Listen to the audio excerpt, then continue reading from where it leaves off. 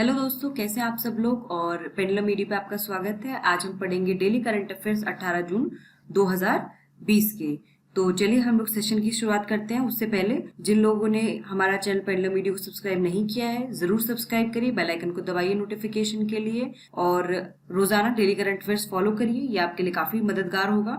शुरुआत करते हैं हम लोग। पहली न्यूज है, भारत आर्टिफिशियल इंटेलिजेंस पर ग्लोबल पार्टनरशिप यानी कि global partnership on artificial intelligence में शामिल हो गया है। भारत GPAI में एक संस्थापक सदस्य के रूप में शामिल हुआ है। इससे भारत आर्टिफिशियल इंटेलिजेंस के वैश्विक विकास में सक्रिय रूप से भाग ले सकेगा। साथ ही समावेशी विकास के लिए डिजिटल प्रौद्योगिकी के उपयोग के आसपास के अपने अनुभव का लाभ भी उठाएगा। आर्टिफिशियल इंटेलिजेंस पर ग्लोबल पार्टनरशिप GPAI अपनी तरह की एक पहली पहल है, जिसका उद्देश्य भाग लेने वाले देशों के अनुभव और विविधता का उपयोग करते हुए आर्टिफिशियल इंटेलिजेंस के आसपास चुनौतियों और अवसरों की बेहतर समझ विकसित करना है। इससे एक सचिवालय द्वारा समर्थित किया जाएगा, जिससे पेरिस में संगठन के लिए आर्थिक सहयोग और विकास संगठन द्वारा होस्ट किया जाएगा। संयुक्त राज्य अमेरिका, ब्रिटेन, यूरोपीय संघ, ऑस्ट्रेलिया, कनाडा, फ्रांस और अन्य इसकी संस्थापक सदस्य हैं। तो इसके जो संस्थापक सदस्य हैं उसमें भारत ने ज्वाइन कर लिया है। इसके संस्थापक सदस्यों में UK, USA, European union, Australia, Canada, France, Germany, Italy, Japan, Mexico, New Zealand, Republic of Korea, Singapore, Slovenia जो हैं सारे फाउंडिंग मेंबर हैं, जिन्होंने global partnership on artificial intelligence को लॉन्च किया है। आप मुझे कमेंट करके बताइए, जो OECD है इसका जो हेडक्वार्टर है वो कहाँ पर लोकेटेड है। चलिए इससे जुड़ा एक प्रश्न देख लेते हैं। इनमें से कौन सा कथन सत्य है? हाल ही में भारत आर्टिफिशियल इंटेलिजेंस पर ग्लोबल पार्टनरशिप में शामिल हो गया है। दूसरा कथन है, भारत इसके संस्थापक सदस्यों में से एक है। केवल एक, केवल दो, एक और दो, दोनों, कोई भी नहीं।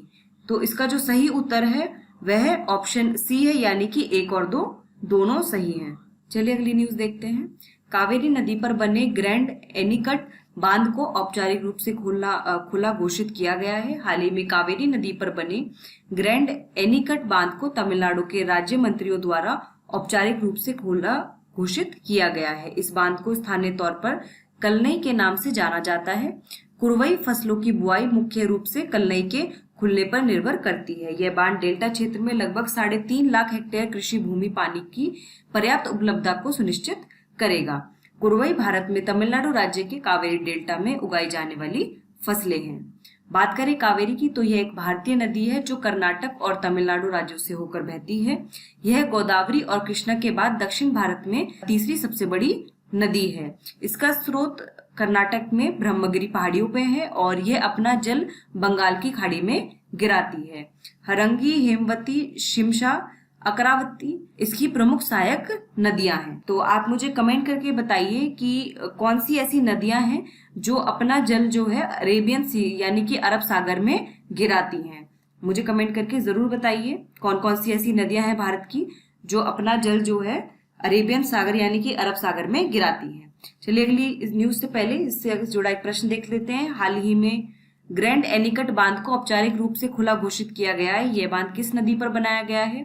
और जैसा कि आप लोग जानते हैं कि वही डैम है, तो वो किस रिवर पर बना है, ये प्रश्न पूछा ही जाता है। कावेरी, कृष्णा, गोदावरी और महानदी। तो इसका सही उत्तर है ऑप्शन ए यानी कि कावेरी। चलिए अगली न्यूज देखते हैं। वरिष्ठ पत्रकार और स्वतंत्रता सेनानी दीनू रांडीव का निधन हो गया है। हाल ही में महाराष्ट्र के वरिष्ठ पत्रकार और स्वतंत्रता सेनानी दीनू रांडीव का बुढ़ापे के कारण मुंबई में उनके निवास पर निधन हो गया है। वे 95 वर्ष के थे। दीनू रांडव ने महाराष्ट्र राज्य के सम्यक महाराष्ट्र आंदोलन में हिस्सा लिया था। उन्होंने गोवा मुक्ति आंदोलन में भी भाग लिया था। उनका जन्म 1925 में मुंबई के पास हुआ था। उन्होंने 1956 में अपना पत्रकारिता करियर शुरू किया था। उन्हें आजीवन उपलब्धि के लिए मंत्रालय, विद्या मंडल, वधर संघ और मुंबई प्रेस क्लब के रेड इंक पुरस्कार के लाइफ टाइम अचीवमेंट से सम्मानित भी किया गया था। चलिए इनसे जुड़ा एक प्रश्न देखते हैं। दीनू रांडीव जिनका हाल ही में निधन हो गया, किस क्षेत्र से संबंधित थे? खेल, अभिनय, व्यापार या पत्रकारिता? तो सही उत्तर है ऑप्शन डी यानी कि पत्रकारिता से वे संबंधित थे। अगली न्यूज देखते हैं। गुजरात में योग सप्ताह का आयोजन। गुजरात में राज्य में योग सप्ताह मनाया जा रहा है। इस अवसर पर गुजरात राज्य योग बोर्ड द्वारा विभिन्न कार्यक्रमों का आयोजन अंतर्राष्ट्रीय योग दिवस समारोह के हिस्से के रूप में विभिन्न सोशल मीडिया प्लेटफॉर्म के माध्यम से किया जा रहा है।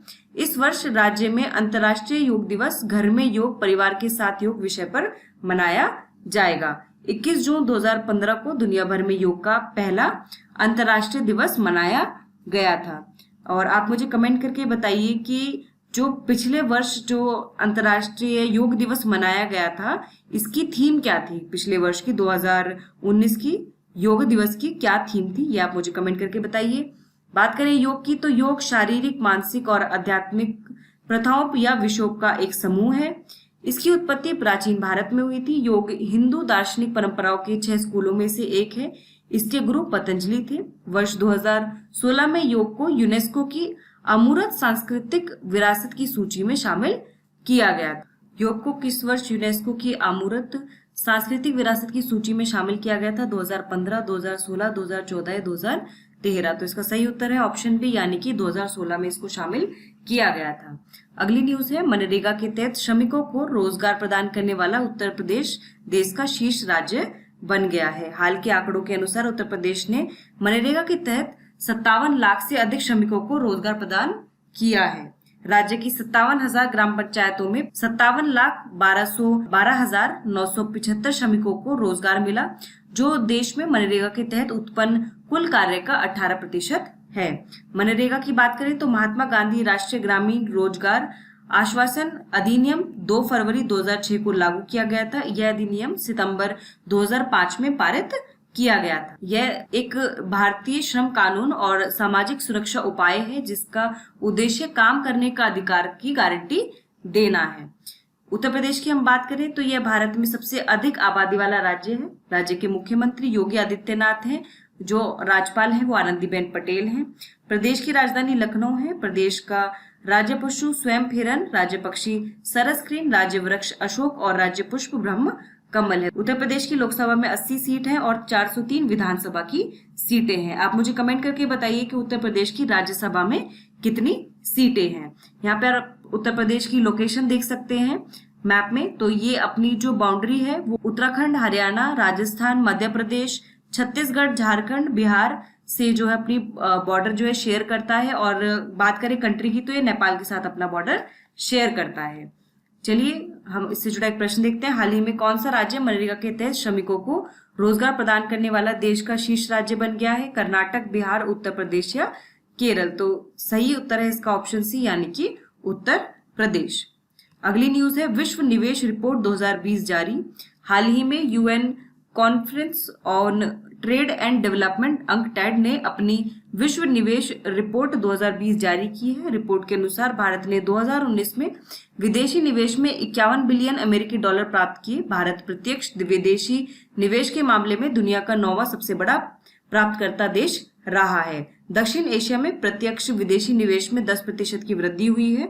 निवेश में यह वृद्धि मुख्यतः भारत की वृद्धि के कारण थी।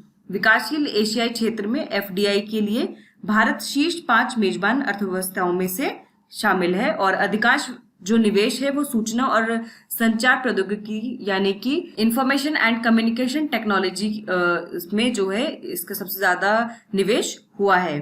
प्रत्यक्ष विदेशी निवेश यानी एफडीआई की बात करें तो ये एक देश में किसी व्यवसाय में एक नियंत्रित स्वामित्व के रूप में एक निवेश है, एक दूसरे देश में आधारित इकाई द्वारा किया जाता है। चलिए इससे जुड़ा एक प्रश्न देख लेते हैं। विश्व निवेश रिपोर्ट 2020 के अनुसार भारत प्रत्यक्ष विदेशी निवेश के मामले में दुनिया का कौन सा सबसे बड़ा प्राप्तकर्ता देश रहा है? पहला, दूसरा, छठवां या 9वां? तो इसका सही उत्तर है ऑप्शन डी, यानी कि 9वां। अगली न्यूज देखते हैं। एक टनल सैनिटाइजर आधारित स्वचालित तापमान नियंत्रक उपकरण विकसित किया गया है। इसे doctor Dinesh Bhatia, associate professor biomedical engineering विभाग, नॉर्थ ईस्टर्न हिल यूनिवर्सिटी शिलोंग के संकाय वैज्ञानिकों, डॉक्टरों और उद्योगपतियों की एक सहायता टीम ने मिलकर बनाया है। कोरोना वायरस प्रकोप के मद्देनजर कीटाणुनाशक सुरंगें लोगों को कीटाणु रहित करने और संक्रमणों से बचाने के लिए भारत की महत्वपूर्ण रणनीतियों में से एक बनकर उभर रही है। सुरंग में प्रवेश करने वाले लोगों को एक उच्च दबाव वाले हवा कंप्रेसर से निकलने वाले पर्यावरण के अनुकूल कीटाणुनाशक विलयन को छिड़का जाता है। यह विभिन्न जीवाणु बी जीवाणु, वायरस, प्रोटोजोआ और कवक को कीटाणु रहित करने के लिए प्रभावी है। सुरंग को उन स्थानों पर स्वच्छता के समय को कम करने के उद्देश्य से बनाया गया है जहां अक्सर ज्यादा लोगों का आना जाना होता है, जैसे कि धार्मिक सभा, शैक्षणिक संस्थान और अस्पताल। कीटाणु शोधन प्रक्रिया को 3 से 4 सेकंड में पूरा किया जा सकता है। सुरंग को मानव नियंत्रण की आवश्यकता नहीं है और अल्ट्रासोनिक सेंसर और माइक्रो कंट्रोलर की मदद से संचालित होता है। यह मानव की आंखों और त्वचा के लिए सुरक्षित माना जाता है। चलिए इससे जुड़ा एक प्रश्न देखते हैं। हाल ही में एक टनल सैनिटाइजर आधारित स्वचालित तापमान नियंत्रक उपकरण विकसित किया गया है। इसके संबंध में क्या सही नहीं है? इसे डीआरडीओ द्वारा विकसित किया गया है, यह कथन गलत है। यह टनल मानव नियंत्रण से ही चल सकता है, यह भी गलत कथन गलत है। तो केवल एक, केवल दो, एक और दो, दोनों, कोई भी नहीं। तो इसका सही उत्तर है ऑप्शन सी, यानी कि दोनों ही जो कथन है दोनों ही गलत है। अगली न्यूज है, तालमडेल की पारंपरिक कला का कोविड-19 के कारण ऑनलाइन प्रसारण किया गया। 13 जून को सोशल मीडिया पर इसका एक लाइव स्ट्रीम प्रसारण किया गया था। इस तरह के कई और प्रसारण स्टोर हैं। तालमडेल की बात करें तो कर्नाटक के पारंपरिक यक्षगान का यह एक प्रकार है। यह दक्षिण भारत में कर्नाटक और केरल के करावली और मलनाड क्षेत्र में संवाद या बहस प्रदर्शन का एक प्राचीन रूप है। इसमें बातचीत का कथानक और सामग्री लोकप्रिय पौराणिक कथाएं होती हैं। इसमें बिना किसी नृत्य या वेशभूषा के केवल शब्द बोले जाते हैं, जबकि यक्षगान में जो है नृत्य कॉस्ट्यूम्स भी होते हैं, वेशभूषा भी होती है और नृत्य भी किया जाता है।